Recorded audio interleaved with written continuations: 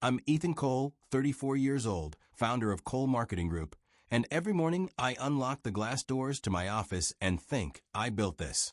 I still can't believe this view is yours, Lily said the first time she stood beside me, staring out at the city skyline. It's ours, I corrected her, sliding my arm around her waist. You were there when I was pitching clients from our kitchen table. She laughed. You mean when we couldn't afford chairs? I remember, I said. You told me not to quit. I told you you'd regret quitting more than failing. I believed her. I still do. Or, at least I did. My office sits in the corner of the building, wrapped in glass walls. I chose transparency on purpose. No closed doors, I told my team when we moved in. We succeed together. Marcus Reed stood next to me that day, grinning. You hear that? He means I get half his office. You already take half my profits, I shot back. He clapped my shoulder, and I earned every cent. Marcus came in when it was just me and one struggling assistant. He brought clients, strategy, confidence. He felt like the brother I never had. Remember when we couldn't land a single account, he asked me last month, dropping into the chair across from my desk. The desk where I signed my first major contract. I remember refreshing my email every 5 minutes, I said. And now, he gestured around. We've got a waiting list. We built this, I told him. No, he said, pointing at me. You built this. I just poured gasoline on the fire. That's Marcus, loud, loyal, always pushing. At home, Lily would tease him. Don't let Ethan work past midnight. Marcus would raise his hands. Hey, I send him home. He sneaks back. I have responsibilities, I'd say. You have a wife, Lily would reply, smiling but firm. Sometimes I'd catch them laughing together in the kitchen while I answered emails. What's so funny? I'd ask. You, Marcus would say. Your face when a client says budget constraints. Lily would grin. You get this wrinkle right here. I'd roll my eyes. Traitors. Both of you. But I liked that they got along. It felt right. My two worlds blending without friction. One night after dinner, Lily touched my hand. You trust Marcus, don't you? With my life, I said without hesitation. And the company? Especially the company. She nodded slowly. Good. Why? I asked. No reason, she said quickly. I'm glad you're not doing this alone. I didn't think much of it. Why would I? Marcus and I shared everything. Financial reports, expansion plans, passwords. Transparency, he'd remind me. Glass walls, I'd reply, tapping the window beside my desk. Last week, I noticed Lily texting more often during dinner. Work.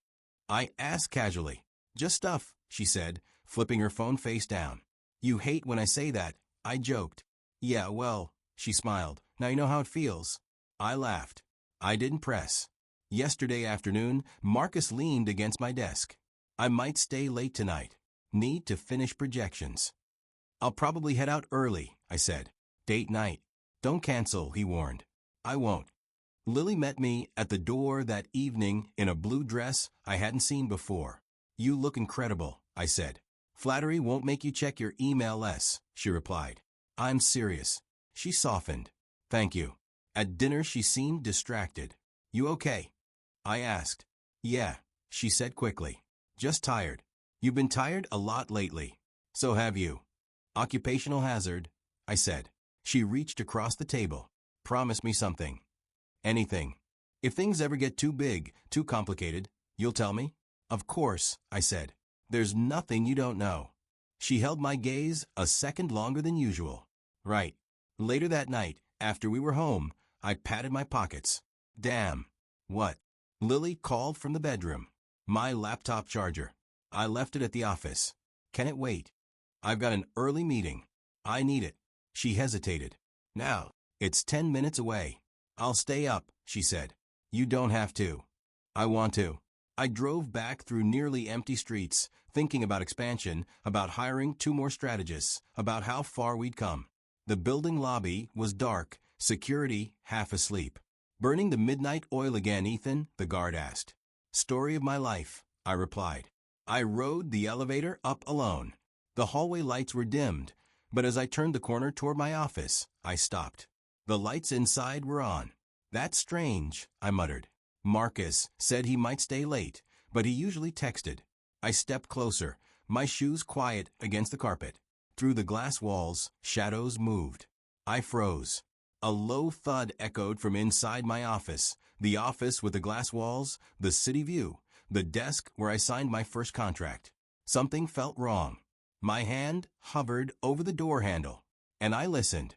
I stood outside my glass office, staring at the light spilling across the hallway floor. Then I heard her voice. Marcus, we can't keep doing this. My chest tightened. I knew that voice better than my own thoughts.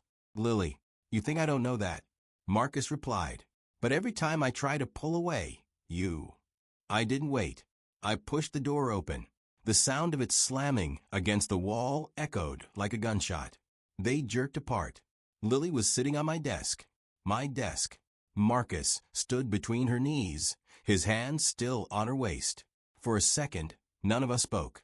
I stared at them, trying to make the image rearrange itself into something logical. It didn't. Ethan, Lily's voice cracked. This isn't what it looks like. I let out a hollow laugh. It looks exactly like what it is. Marcus stepped back. Man, just listen. Don't, I said quietly. Don't call me man. Lily slid off the desk, smoothing her dress with shaking hands. You weren't supposed to be here. That's what surprises you. I asked. That I showed up to my own office? It's not like that, she whispered. Then explain it, I said. Slowly. Because from where I'm standing, my wife and my best friend were about to have sex on the desk where I signed my first contract. Marcus ran a hand through his hair. It's not about the desk. I stared at him. You're right. It's not. Ethan, we didn't mean for you to find out like this, Lily said. Find out, I repeated. So there was a plan? No, she cried. Yes, we were going to tell you. When? I asked. After? Or before you used my office again? Marcus took a step toward me. Don't talk to her like that. I felt something inside me snap. Don't talk to her like that? You're in my office. With my wife. He held up his hands. Okay. I deserve that. You deserve worse, I said. Lily's eyes filled with tears. You were never home, Ethan. I blinked. What? You were married to this place, she said, gesturing around. To the glass walls. To the view. To him. So this is my fault? I'm not saying that, she said quickly. You just did. Marcus exhaled. It started months ago. Months, I echoed. It wasn't planned, he said. We were working late. You had already left. I left, I repeated slowly. To take my wife to dinner. Lily flinched. It just happened, she said. Things don't just happen, I said. You make choices. We were lonely, she said. You were lonely? I asked. You could have called me. I did, she shouted. And you said you were busy. Every time. I shook my head. So you called him instead? Silence. Marcus looked at the floor. That's how it started? I pressed. Late nights? Strategy sessions. It wasn't about work, Lily whispered. That's what makes it worse. Marcus stepped forward again. I love her. The words hit harder than anything else. You love her, I repeated. Yes, he said, steady now. I didn't mean to, but I do. I looked at Lily. Do you love him? She hesitated. That hesitation told me everything. Yes, she said finally, barely audible. My ears rang. So all those nights, I said, when you asked me to come home early, you chose not to, she said. I chose us, I shot back. I was building something for us. I didn't need a bigger office, she said. I needed you. And this, I gestured at them. This is what you chose instead? You stopped seeing me, she said. Marcus didn't. I laughed again, but it sounded broken. He saw an opportunity. That's not fair, Marcus snapped. Fair? I asked. You want to talk about fair? We never meant to hurt you, he said. But you did, I replied. Every single time. Lily stepped closer. Ethan, please. We can figure this out. We? I asked. There is no we. I'm still your wife, she said. I looked at the desk behind her, at the faint crease where she had been sitting. Not anymore, I said. Marcus swallowed. What are you going to do? I thought about yelling. About throwing a chair through the glass wall. About hitting him. Instead, I felt tired. Exhausted. I don't know, I admitted. Lily reached for my hand. Please don't walk away like this. I stepped back before she could touch me. Don't, I said softly. Ethan. You said I was never home, I interrupted. You're right. I lived here. I looked around my office, the city lights, the transparent walls, the desk that once felt like proof of everything I'd built. Now it just felt dirty. I trusted you, I said to Marcus. He didn't respond. I defended you, I continued, to everyone who said mixing business and friendship was risky. I'm sorry, he said. Sorry doesn't fix this. Lily's voice trembled. Please say something. Yell. Do something. I shook my head. If I stay, I said, I'll say things I can't take back. So you're just leaving? Marcus asked. Yes. That's it. Lily whispered. That's it. I walked toward the door. Ethan, she called after me. I didn't turn around. Please, she said, her voice breaking. I paused with my hand on the frame. You didn't just betray me, I said quietly. You erased me. Then I stepped into the hallway and let the door close behind me. I didn't scream. I didn't cry. I just walked past the glass walls I once loved and felt something inside me collapse in silence. I didn't go home that night. I drove until the sun came up, parked outside my condo, and stared at my reflection in the rearview mirror. Pull it together, I muttered to myself. You're fine. I wasn't. For 3 days I barely slept. Every time I closed my eyes, I saw Lily on my desk. I heard Marcus say, I love her. I heard her answer, yes. In the dark, I argued with ghosts. You were never home, I whispered, replaying her words. I was building a future, I shot back at the ceiling. You chose work. I chose us. The conversations looped until morning. On the 4th day, my phone rang. Ava, I said, forcing my voice steady. You sound terrible, my sister replied immediately. What's wrong? Nothing. Don't do that, she said. I know you're nothing. It's the same voice you used when Dad lost his job. I'm just tired. Ethan. What? I'm outside your building. I closed my eyes. Of course you are. Minutes later, she sat across from me at my kitchen counter, studying my face. You look like hell, she said. Thanks. When's the last time you shaved? Does it matter? She leaned forward. Did something happen with Lily? My chest tightened. Why would you ask that? Because she hasn't answered my texts in days. And because you look like someone died. I looked away. Nothing's wrong.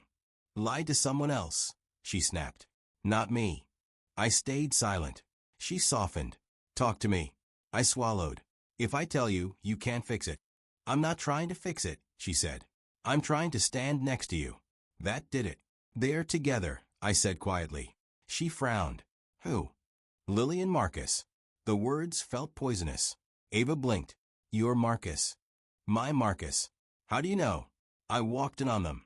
Her hand flew to her mouth. Oh my God. In my office, I added. On my desk. She stood up abruptly. I will kill him. Get in line, I said. She started pacing. How long? Months. And she admitted it? Yes. And he said he loves her. Ava stopped pacing. Do you love her? I asked. Yes. I hesitated. I don't know what I feel. She came back and grabbed my shoulders. You can cry, but don't you dare fall apart. I let out a shaky breath. I don't even know what falling apart looks like. It looks like you blaming yourself, she said. I was gone all the time, I admitted. Maybe she was right. She cheated, Ava replied. That's not a scheduling issue. I should have seen it. Why? They were always laughing together. Late nights at the office. I trusted him. That's not blindness, she said. That's loyalty. I rubbed my face. I keep replaying it. Every conversation. Stop replaying it, she said. I can't. You built that company from nothing, she continued. Don't let them take that too. Her words lingered after she left. That night, I sat alone in my apartment with my laptop open. Transparency, Marcus used to say. I logged into the company financial system. Just to distract myself, I muttered. I scrolled through recent expenses. At first, nothing unusual. Vendor payments, salaries, marketing tools. Then I noticed a series of consulting fees I didn't recognize. Read strategic solutions, I read aloud. I frowned. What is that? I clicked. Monthly transfers. Large ones. Authorized by Marcus. Why wouldn't he mention this? I asked the empty room. I pulled up the contract, attached the payments. The address listed looked familiar. Too familiar. It was a residential address. I typed it into a search window. My stomach tightened as the map loaded. It was an apartment building across town. I leaned back slowly. No, I whispered. I cross-checked the incorporation documents linked in the file. Owner, Marcus Reed. I felt heat rise in my chest. You're siphoning money? I said out loud. I scanned further. There were more entries. Smaller transfers labeled as client entertainment. Dates that matched nights he said he was meeting investors. Dates when Lily said she was tired. My hands started shaking. Please tell me I'm wrong, I muttered. I opened the profit distribution reports. Numbers didn't add up. Margins lower than projected.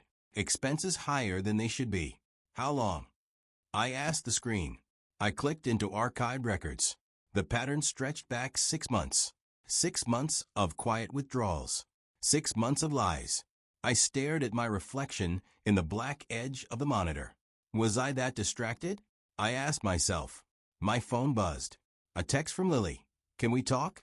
I looked back at the spreadsheet, at the transfers, at Marcus's digital signature authorizing each one. My heart pounded. This wasn't just about her, I whispered. I leaned closer, scrolling to the most recent transaction.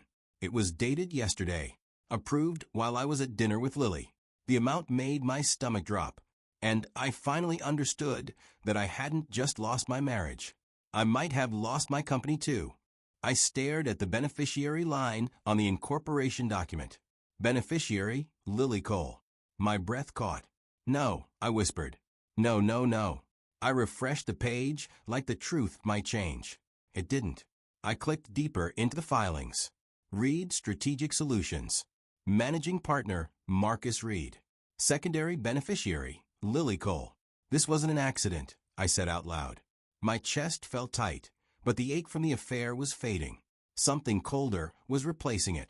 I grabbed my phone and scrolled to Daniel Cho's number. I hesitated. Then I pressed call. He answered on the third ring. Ethan, this is unexpected. I need you, I said. A pause. That sounds serious. It is. Is this about the merger talks? No. Another pause. Where are you?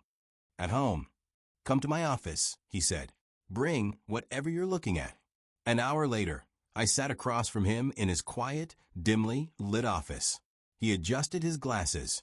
Start talking. My wife is having an affair with Marcus. Daniel didn't react outwardly. I see. I walked in on them. And now I found this, I said, sliding my laptop toward him. He read silently. His eyes slowed at Lily's name. How long have you known about these transfers? He asked. Tonight. And you haven't confronted them? No. Good. I blinked. Good. If you confront them now, they'll destroy evidence. My jaw tightened.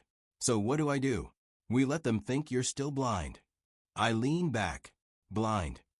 Yes, he said calmly. Emotionally compromised. Distracted. Hurt. I'm not acting hurt. I am hurt. And that works in our favor, he replied. I ran a hand over my face. Tell me exactly what this means. It means, he said, tapping the screen, your partner has been diverting company funds into a separate entity, with my wife as beneficiary. Yes. So it wasn't just an affair. No, Daniel said evenly. It was planned. The words settled heavily between us. Planned. I felt heat rise in my chest. He sat in my office and talked about loyalty and moved money behind her back, Daniel finished.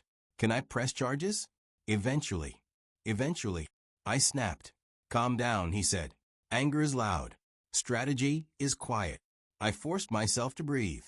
What's the damage? I asked. Preliminary estimate? He scrolled. 6 figures. Possibly more if there are off-ledger movements. My stomach turned. He's been bleeding my company. Our company, Daniel corrected gently. Legally speaking. I met his eyes. How do I stop him? You don't. Not yet. That's not acceptable. It has to be, he said. If you freeze accounts now, he'll know you've discovered it. And And he'll claim it was authorized. He'll say you approved verbal expansions. He'll shift blame. I clenched my fists. I trusted him. I warned you, Daniel said quietly. I know. You wanted a brother, he continued. You chose one. The truth stung. What about Lily? I asked. That depends, Daniel replied. Do you want revenge or protection? Both. He nodded slowly. Then you act normal. I let out a bitter laugh. Normal. You go to work. You speak to Marcus like nothing's changed. And my wife, you don't tip her off either. She knows I walked in on them. Yes, he said, but she doesn't know what you found.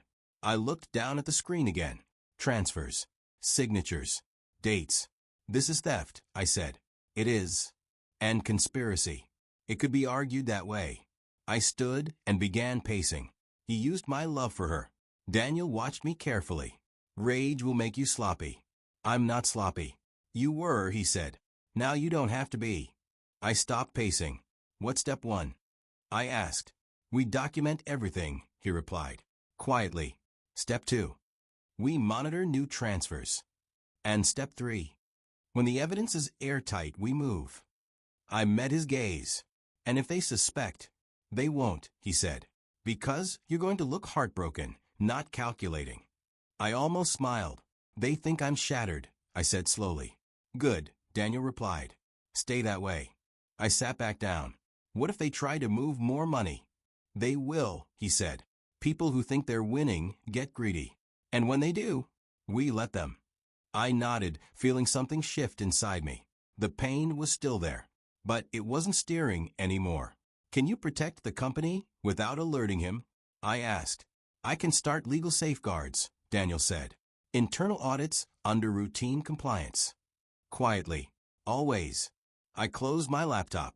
Ethan, Daniel said before I stood. What? You don't look broken. I'm not, I said. Not anymore. I walked out of his office with a strange calm settling over me.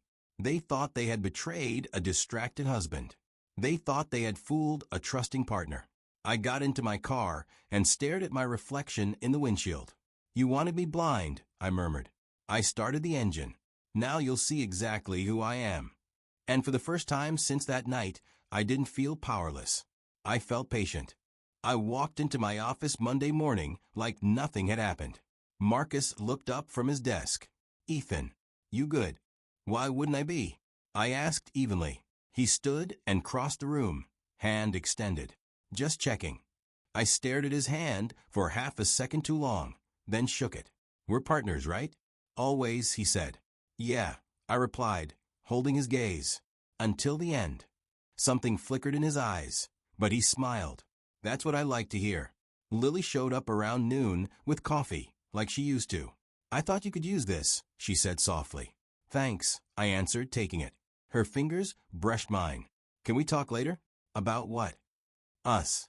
I forced a small smile. We'll see. She searched my face. You seem calm. I've had time to think. Is that good? For me? Yes. Marcus clapped his hands once. All right, team meeting in 10. I nodded. I'll be there. Every smile felt like poison. In the conference room, Marcus launched into projections. If we close the Harper deal, we expand west. Under whose authorization? I asked casually. He blinked. Ours. Good, I said. I like clarity. After the meeting, I stopped by Clara Bennett's desk. Clara, got a minute? She adjusted her glasses. Of course. I want a routine internal audit, I said quietly. Her eyebrows lifted. Routine. Yes. Compliance check. Quiet. She studied me. Is there a reason? Humor me. She hesitated, then nodded. I've noticed inconsistencies. My pulse steadied. What kind? Unusual consulting payouts, she said carefully. Signed off quickly. By Marcus. And by you, she added. I don't remember approving them. That's what concerned me. I leaned closer. Pull every document with my digital signature from the last 6 months. Her voice dropped. Are you saying? I'm saying I want facts. She held my gaze for a long moment. Understood.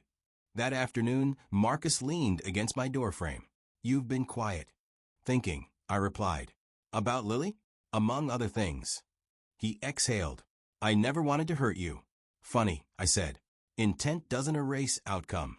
He crossed his arms. Are we okay? I met his eyes. We're working. That's not what I asked. It's the answer you're getting. He forced a laugh. You're intense today. Am I? Yeah. Like you're preparing for something. Maybe I am. His jaw tightened slightly. You trust me, right? I tilted my head. Should I? Of course, he said quickly. We built this together. I built it, I corrected gently. You expanded it. He smiled thinly. Details. Details matter, I said. Later, Clara knocked on my door and closed it behind her. I ran a preliminary review, she said. And there are contracts filed with your authorization code that weren't routed through you. My voice stayed calm. Show me. She placed a folder on my desk. I opened it. 3 contracts. Large commitments. My digital signature stamped across each page. I didn't sign these, I said. I know, she replied quietly. How? Because the timestamps show remote authorization from Marcus's terminal. I felt something cold settle in my chest. He forged my approval. Yes. And the clients? 2 are legitimate, she said. 1 is questionable. Read Strategic Solutions. I asked. Her eyes widened slightly. You know about that? I do. She lowered her voice further.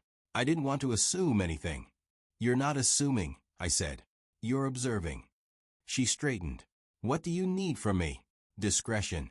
You have it. And copies of everything. I've already made them, she said. I almost smiled. Good. As she reached the door, she paused. For what it's worth, I joined this company because of you. Why? You looked honest. I swallowed. Thank you. When she left, I leaned back in my chair and stared at the glass walls. Marcus walked by and waved casually. I waved back. Enemy. That evening, Lily called.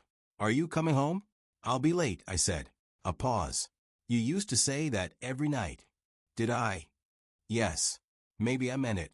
Ethan. What? Are you punishing me? No, I said. I'm working. Silence stretched. Do you still love me? She asked. I looked at the forged contracts on my desk. I'm figuring that out, I replied. After I hung up, I opened a new, encrypted folder. I scanned every document Clara had given me. Transfers, false approvals, side agreements. Each file felt like another nail sealing something shut. Marcus knocked lightly and stepped in. Burning the midnight oil? Seems familiar, I said. He chuckled. We're going to be unstoppable.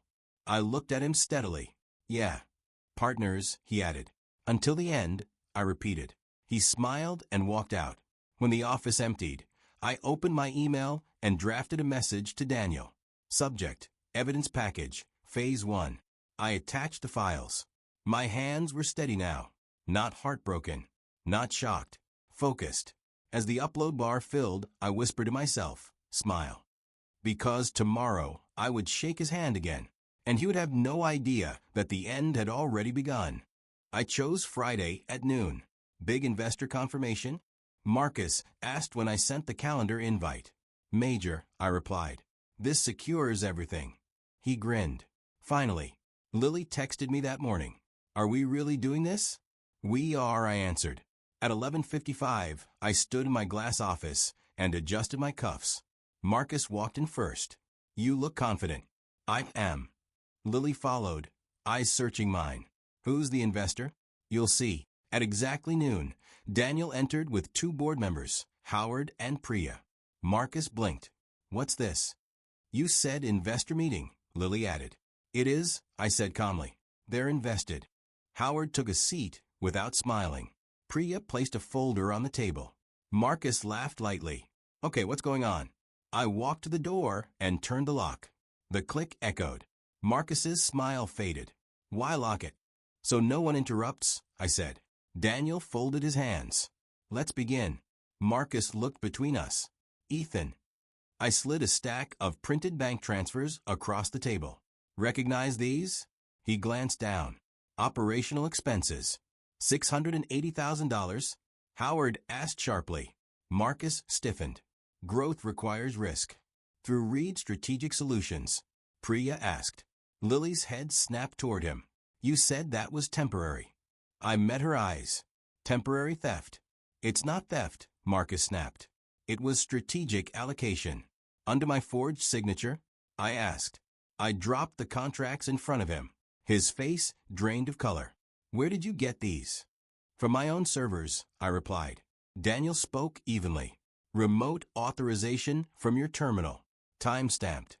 Marcus swallowed. Ethan, I can explain. Please do. He pointed at Lily, suddenly. She knew about expansion plans. Her eyes widened. Don't drag me into this. You're listed as beneficiary, Priya said coldly. Lily looked at me. I didn't know the details. You knew enough, I said. You set us up, Marcus accused. No, I replied. You did. He slammed his palm on the table. I was protecting the company. By siphoning funds? By diversifying control, he shot back. Control from who? Howard demanded. The founder. Marcus's voice rose. He was distracted. Distracted. I repeated quietly. With his marriage falling apart, Marcus snapped. You weren't leading. So you decided to steal? It wasn't stealing. Lily started crying.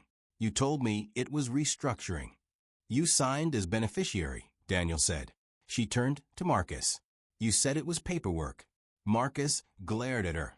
You wanted security. Not like this. I watched them fracture in real time. You both thought I was blind, I said. Marcus looked at me desperately. We built this together. No, I said. You tried to take it. Priya slid another document forward. There are also 3 forged contracts. Marcus shook his head. Those were necessary. For whom? I asked. For leverage, he said. Leverage against me? He didn't answer. Lily stepped toward me. Ethan, please. We can fix this. Fix what? I asked. Fraud? Conspiracy. Her voice trembled. I never meant for it to go this far. How far did you mean for it to go? She couldn't answer. Daniel cleared his throat. Effective immediately, Marcus Reed is removed from all executive authority pending litigation. Marcus stared at him. You can't do that. We just did, Howard replied. You don't have majority control, Marcus argued. I slid the final document across the table. Emergency board vote. Signed this morning. He read it, hands shaking.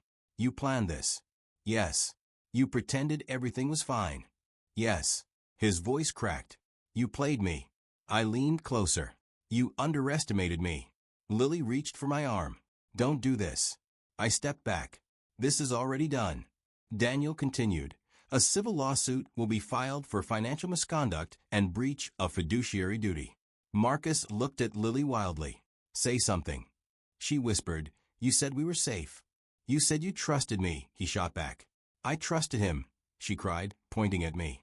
Silence fell heavy. You were going to cut me out, Marcus said to me. You cut yourself out, I replied.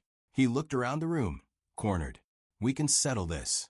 We will, Daniel said. In court. Marcus's shoulders sagged. Lily wiped her tears and turned to me again. Ethan, I still love you. I felt nothing. You loved access, I said quietly. That's not true. Then why attach your name to stolen money? She shook her head. I thought he was protecting us. From me? She couldn't meet my eyes. Security knocked lightly on the door. Right on time, Priya said. Marcus looked at me one last time. After everything? After everything, I confirmed. Security escorted him out. The glass walls felt clearer than ever. Lily stayed behind. We can start over, she whispered. With what? I asked. With honesty. I almost laughed. You had that. She stepped closer. You still care. I care about my company. And me. I held her gaze. You're facing legal review as beneficiary, Daniel said calmly. Her face went pale. You'd do that to me? I didn't do anything, I replied. You signed. Tears streamed down her face. You're being cruel. No, I said. I'm being precise. She searched my expression for weakness. She didn't find it. You think you've won, she said softly. This isn't about winning. Then what is it about? Consequences. Daniel gathered the documents. Shall we proceed? He asked me. Yes, I answered. Lily stood frozen as I unlocked the door. She still believed she could reach me. She still thought I was the man who would choose love over leverage. She underestimated me, and that mistake would cost her everything. I found Lily sitting on the couch when I got home.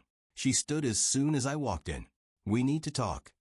"We've done a lot of that," I replied, setting my keys down. "Not like this." I stayed near the doorway. "What do you want?" "Don't file for divorce," she said immediately. I exhaled slowly. "You already know I am." "Please," she whispered. "I made a mistake." "It wasn't a mistake," I said. "It was a choice." Tears filled her eyes. "I was lonely. You were unfaithful. You were never home. I was building our life." "I didn't need a bigger life," she cried. "I needed you." I felt the words land, sharp and familiar. "I know I work too much." She stepped closer. "Then admit it." "I just did. And that still doesn't justify betrayal." She covered her face. "You're punishing me." "I'm protecting myself." She lowered her hands. "You still love me." The truth burned. "Yes." Her shoulders shook. "Then don't do this." "Love doesn't erase what you did." "It was months," she said desperately. "Not years." "That's supposed to comfort me?" I ended it. "Because I caught you." Silence stretched between us. "You think you're perfect?" she asked suddenly. "No. You chose that office over me every time. I chose responsibility. You chose ambition. I chose stability." I shot back. "For us." She laughed bitterly. "For you." I felt anger flare, then fade. "Maybe I lost balance." "Maybe," she repeated. "Yes," I said firmly. "I should have listened more. I should have been home more." Her expression softened. "Then fix it." "I can't fix trust." She grabbed my hand. "We can rebuild it." "With what foundation?" I asked quietly. "With honesty." "You had honesty." She flinched. I pulled my hand away. "You didn't just cheat. You aligned with him financially." "I didn't understand the paperwork." "You signed your name." "He said it was security." "And you believed him over me?" Her silence answered. I walked to the kitchen and poured water, needing distance. "I wake up every night hearing you say you love him," I admitted. She started crying again. I was confused. "You were certain enough to say yes." "I was angry," she whispered. "Angry you weren't there. So you punished me." "I didn't think it would explode like this." I faced her. "That's the problem. You didn't think." She stepped closer again. "I will cut ties with him. Completely." "You already lost him." "I mean emotionally." I shook my head. "You already gave that away." Her voice cracked. "Are we really over?" I closed my eyes for a moment. "I still love you," I said softly. "And that's what makes this unbearable."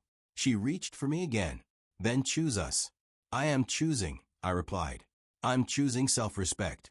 She looked at me like I'd struck her. "So that's it?" "Yes." "You're throwing away 10 years." "You threw them first." We stood in silence. "My lawyer will send papers tomorrow," I said finally. Her breath hitched. "You already prepared them?" I had to. She sank onto the couch. "You're so calm." "I'm exhausted." "Doesn't any part of you want to fight for this?" "I fought alone for months," I answered. "You were somewhere else." She whispered my name like a plea. I didn't move. Later that night, my phone buzzed with notifications. Ava texted, "I heard about Marcus. Investors are dropping him." Another message followed from a colleague. "Wild situation. He's finished." I stared at the screen. Reputation collapses faster than love. In the morning, Daniel called. "The filing is ready." "Submit it," I said. "You're certain?" "Yes." When I hung up, Lily stood in the hallway. "Is it done?" she asked. "It will be by noon." She nodded slowly, tears slipping down silently now. "I never thought you'd walk away," she said. "I never thought you'd make me." She turned toward the bedroom without another word. I stood alone in the living room we chose together years ago. "I loved you," I whispered to the empty space. And I still did. But love without trust felt like standing on broken glass. By noon, the papers were filed. By evening, the business world knew Marcus was under investigation. Calls stopped coming to him. Invitations disappeared. Karma didn't shout. It moved quietly, just like I did. And for the first time, choosing myself didn't feel selfish. It felt necessary. The investigation moved faster than I expected. Daniel called me one morning. They're opening a formal fraud inquiry. Criminal? I asked. Yes. I closed my eyes briefly. How's Marcus reacting? Poorly. Within days, former employees started reaching out. One of them, Jason, sat across from me in my office. I tried to tell him the numbers didn't make sense. Why didn't you come to me? I asked. He said you approved everything, Jason replied. I believe him.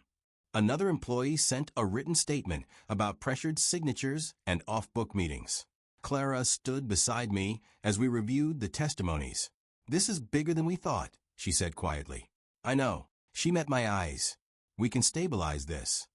You're stepping into CFO authority, I said. Temporarily, she asked.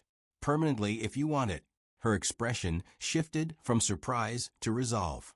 Then I won't let you down. You already haven't. The board confirmed her promotion that afternoon. When Marcus requested a final meeting, I agreed. He walked into my office looking thinner, angrier. You look comfortable, he said. I am. He laughed bitterly. Must be nice. You asked to see me. You ruined my life, he snapped. I held his gaze. No, you ruined your own. I made moves for growth. You forged my name. You were weak, he shot back. Distracted. I was trusting. You think you're innocent? He demanded. You pushed her away. This isn't about Lily. It started with her. It ended with your greed. He stepped closer. We were brothers. Brothers don't steal. His jaw tightened. You could have handled this privately. You mean covered it up? You didn't have to destroy me. I didn't destroy you, I said calmly. I exposed you. He looked around the office, the glass walls, the city view. You get everything. I built this. I helped. And I rewarded you. His voice cracked. You think she'll ever forgive you? This isn't about forgiveness. He scoffed. You always did love control. And you love shortcuts. Security appeared at the door. Marcus stared at me one last time. You'll regret this. No, I said quietly. I won't. He left without another word. That evening, Lily packed the last of her things. She stood by the doorway with 2 suitcases. My parents know, she said softly. And they're disappointed. I nodded once. They didn't know about the money, she added. I figured. She looked at me carefully. Do you hate me? I considered the question. No. Then what do you feel? Distance. Tears filled her eyes again, but they didn't move me the way they once did. I never thought it would end like this, she whispered. Neither did I. She picked up her suitcases. Goodbye, Ethan. Goodbye, Lily. The door closed gently behind her. The apartment felt quieter, but not emptier. The company felt steadier, not fragile. Clara knocked on my office door the next morning. We secured the accounts. Investors are staying. Good. She smiled slightly. You handled this. I survived it, I corrected. The power had shifted completely. Marcus was under investigation. Lily was gone, and I was still standing in the office I built, this time with no illusions left to break. Months later, I sit in the same office. Same glass walls. Same desk. Same skyline stretching beyond the windows. But I'm not the same man. I run my hand across the surface of the desk and let out a slow breath. You survived, I murmur to myself. Ava walks in without knocking. Talking to furniture now? Only the expensive pieces, I reply. She smiles and studies me. You look lighter. I feel clearer. She sits across from me. Do you ever think about them? Less than I used to. That's growth, she says. It's perspective, I correct. I ignored red flags. You trusted, she says. I avoided hard conversations, I admit. I hid behind work. That doesn't excuse what they did. I know, I say, but it explains what I'll never repeat. She nods slowly. I'm proud of you. For what? For not turning bitter. I lean back in my chair. I came close. But you didn't. No, I say quietly. I didn't. She stands and squeezes my shoulder. That's strength. After she leaves, Clara steps in with a folder. Quarterly numbers. Good news. I ask. Better than projected. I scan the summary. You've stabilized everything. We have, she corrects gently. I glance up. You didn't have to stay through the chaos. She holds my gaze. I chose to. There's something unspoken there, soft but steady. I'm glad you did, I say. She smiles faintly. So am I. When she leaves, I walk to the window. The city lights flicker against the glass, alive and restless. This office once held my worst memory. Now it holds my clarity. I didn't end their future, I say quietly to the reflection staring back at me. They ended it themselves. I just turned on the lights.